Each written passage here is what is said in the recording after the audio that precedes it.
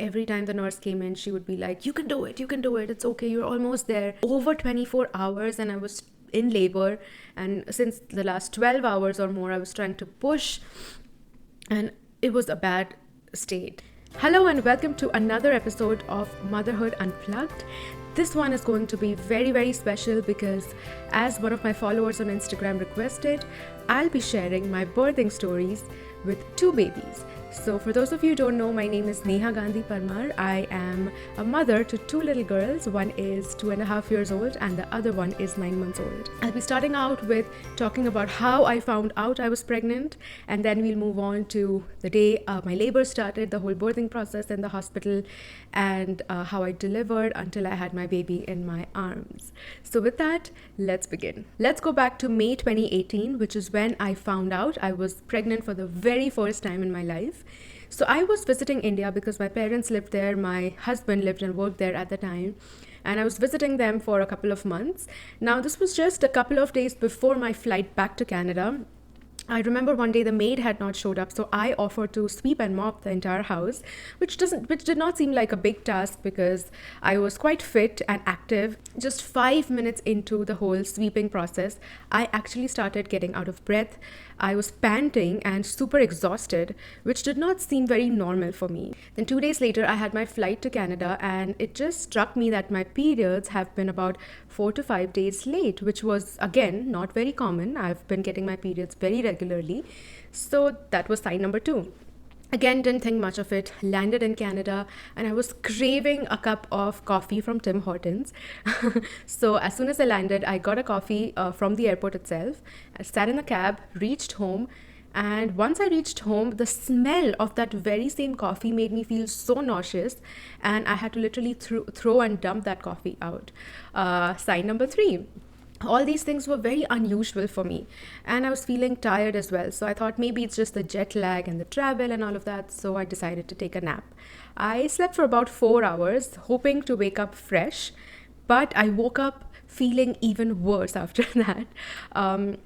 My nausea was just rising, and even the smell or the thought of any food made me feel like I'm going to puke right then and there. I did not feel like getting out of my bed. I felt so heavy and bloated in my tummy, and I felt this is not normal. This is not how I feel during my periods. So I decided to take a pregnancy test, even though I was so sure it's going to be negative. So I went down to the pharmacy, bought a test pack, which had 2 tests in it, and I came home, I tested it, I left the stick in the bathroom. I came out, I was watching a show. I finished watching it, and I remembered to check the stick. And I was so sure it's going to be negative, and this was such a waste of time and everything. But I just wanted to make sure that and get that out of the way. So I went inside, I picked up the stick, and I saw 2 very distinct lines, which said that I'm pregnant. And I didn't even know how to react. All the symptoms that I was experiencing were pointing directly at pregnancy, but I was still not ready to believe that until I saw the stick. And I was just stunned, and I was like, I literally froze. It was quite late in India at the time, so I waited till it was morning, and then I FaceTimed my husband. I informed him, I showed him the stick. He was shocked, surprised. I don't even know what emotions were going on in our minds at that time, because we were not really trying to have a child, and it happened without literally putting that effort into it. So I was, again, very, very grateful that it happened, but at the same time very scared, because my husband was he already got his PR, but he was serving his notice period at work for a few months before coming to Canada. So I knew that the first few months of my pregnancy, I have to be all alone without my husband or parents. My husband came to Canada in September of 2018, and things got much better. So now let's move on to my Labor Day and how it all started. So my scans were all fine. My doctor gave me a due date of January 20th, 2019. As we entered January, I was getting prepared because I was told that once you're 37 weeks, it's your full term, and you can expect to go into labor and deliver anytime after that, and it's safe to do that. So I was hoping that, it would just happen sometime, anytime in January itself. I approached my due date, 20th of January. I had nothing. I was just getting bigger and bigger, and no symptoms. And I didn't feel anything. And we slept that night as usual. And then around 1:30 a.m., I started getting cramps. It felt like period cramps, you know, it didn't feel like contractions from what I had heard and read. And they were very irregular and not consistent. So I informed my husband and I told him, you know, this is what's happening. It might be time, but we'll still wait it out. And then I had an app on my phone through which I was timing my contractions, because that's what you're supposed to do before you go to the hospital. So I was timing them, couldn't sleep the whole night. I probably barely slept for like an hour, I guess. Woke up the next morning and the contractions had died out. And I was highly frustrated and disappointed that I couldn't sleep the entire night. It's past my due date now. Now it's 21st of January. And now there's nothing. The contractions just went away. But that's when my mom told me that, you know, it's okay. They'll come back. You're already due, so this could be it. So just be prepared. And then I had my breakfast. The day went on as usual. Then around afternoon, 2 to 3 p.m. ish, I started getting those contractions again. And this time they were a little more severe, a little more intense. So I called up the hospital. I told them this and they said, okay, come in. We'll get you checked and see if you're dilated, and then we'll take it from there. So our hospital bag, the car seat, everything was packed. My mom, my husband and I, we all went to the hospital. I reached there about 4-ish, 4:30. They took me in. They checked me if I was to see if I was dilated, and I was about, I believe, 3 centimeters dilated at the time. And they said, okay, you're getting there. I still was having mild contractions. So they said that you're still not that far enough for us to admit you into the birthing suite. But what you can do is take a walk around the hospital, go up and down the staircase for an hour or so, and then come back. We'll check you to see if you're any more dilated. If so, then we can get you into the birthing suite. So I was like, okay, great. I was wearing that hideous hospital gown, but I did not care at that point. I did not want to go back home for sure. I wanted to have the baby soon because I was getting super uncomfortable and it was anyway past my due date. So my husband and I were walking all around the hospital. I went up and down the staircase as many times as I could in that funny hospital gown. And we came back an hour and a half later.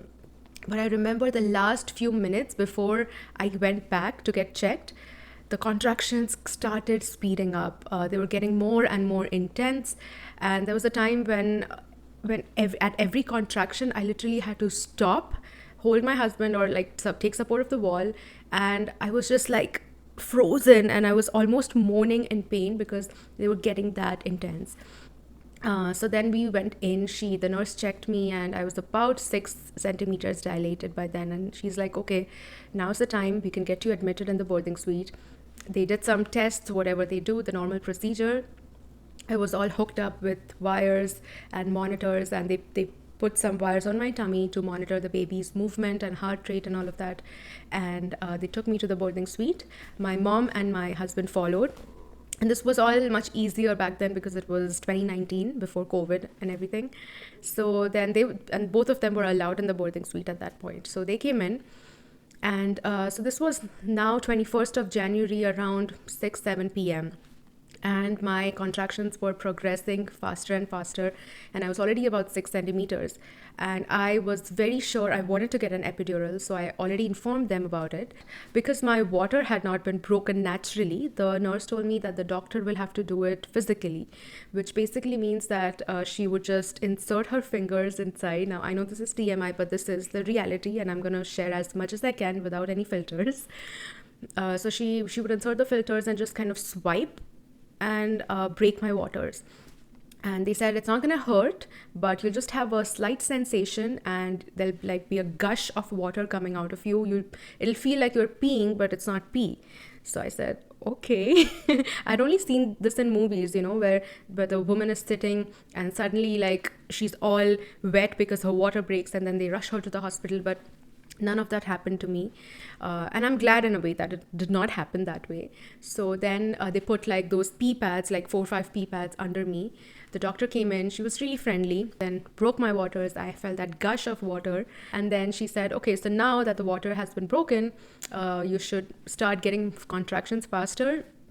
And you should be more dilated. And once you're 10 centimeters, which is what you're supposed to be dilated before you start pushing, then we can start the whole pushing process of the baby. So I said, okay. And this was around like evening-ish on January 21st. And then eventually after that, I got the epidural. So the reason why you get it is if you don't want to feel that extreme pain of the contractions. It kind of just numbs that area of your body, and eventually it wears off and then you feel normal again. So I was all in for that because the pain was excruciating as the contractions were increasing. So I got that, and probably the dose was a little on the higher side because I felt super heavy. Like I literally felt like I'm paralyzed, waist down. I couldn't feel anything. I touched my leg with my hand, and it felt so heavy and thick. It almost felt like an elephant's leg, and it freaked the hell out of me. I couldn't move. The nurse, my mom, my husband all had to physically move me, and that kind of scared me. And they would tell me on the monitor every time I would get a contraction, but I could feel nothing. So yeah, that was the point of the epidural. So at least I could rest for some time before I started pushing, so thank God for that. And then I was very sure that I'm gonna have the baby on 21st itself, because I was almost there, and just a few pushes and the baby would be out. Like what an ideal scenario, right? But that did not happen. I did dilate 10 centimeters pretty fast. In like about 3-4 hours I was 10 centimeters, and that's when they said, now you can start pushing. Every time there was a contraction, they would tell me to take a deep breath and push hard, really hard, and then take a deep breath again and then push. But then because I couldn't feel anything, no matter how hard I was pushing, I just didn't feel like I was pushing. I felt like I'm just doing something without feeling anything. So that's what happened for a few hours. The baby was big. It was hard for me to push that baby out of the birthing canal. After some time, I requested them if they could just lower the dose of the epidural because this was clearly not working, and they did. Then eventually I started feeling the contractions a little bit because the dose was lowered, and that's how the entire night went by. I don't even remember exactly how the whole night went by. I remember every couple of hours there would be a nurse coming in to check on me. She would take my BP, she would check my pulse, she would check the movement of the baby, the heart rate, and everything. And yeah, that's how we spent the entire night. My mom was sitting next to me, my husband took a short nap. Then the next morning, there was a change in shift, so a new nurse came, and I was just lying in that position, all hooked up to monitors and machines. Every time the nurse came in, she would be like, you can do it, it's okay, you're almost there. And they have those huge lights on top of you, those almost feels like those lights you see at the stadium, those big lights. And of course they need that to actually see what's going on down there. But they made me feel so hot and sweaty, and I hadn't eaten anything. The last food I ate was breakfast the day before, so it was 24 hours and I had nothing in my belly. All I could eat at that point was some ice chips and drink some water. That's it. So my husband kept on going to the vending machine, getting ice chips and feeding it to me. And those lights were making me like all hot and sweaty and more exhausted. It was over 24 hours and I was in labor. And since the last 12 hours or more, I was trying to push, and it was a bad state. At one point I even told them that, what, I don't think I can do this. I want to get a C-section. And my doctors thankfully talked me out of it and said that no, you can do it. We've seen a lot of cases like this and we know you can do it, so we don't want to get into a surgery if it's not needed, which is, I'm really thankful for that, because I wanted to have a vaginal birth. And my husband was the one holding my hand and giving me a lot of support, encouragement, motivation, that what, yeah, I can see her head, I can see her hair, she's there, you just need to push a little harder, you can do it, it's the last time. And my mom was there, like kind of just like rubbing my arm and making me feel more secure and calm. Eventually, as I was pushing for so many hours, the baby did manage to come down, but still it was stuck. The head was slightly out, but still it couldn't get past. So the doctor came in, and it was a male doctor. He said that, you've been pushing for very hard, the baby's down, it's like the head is like half out. So what we can do is, I can use a vacuum, which means that you still have to push, and I'll use the vacuum and pull the baby's head out, so you'll get an extra pull, from my end, so it won't be that hard for you.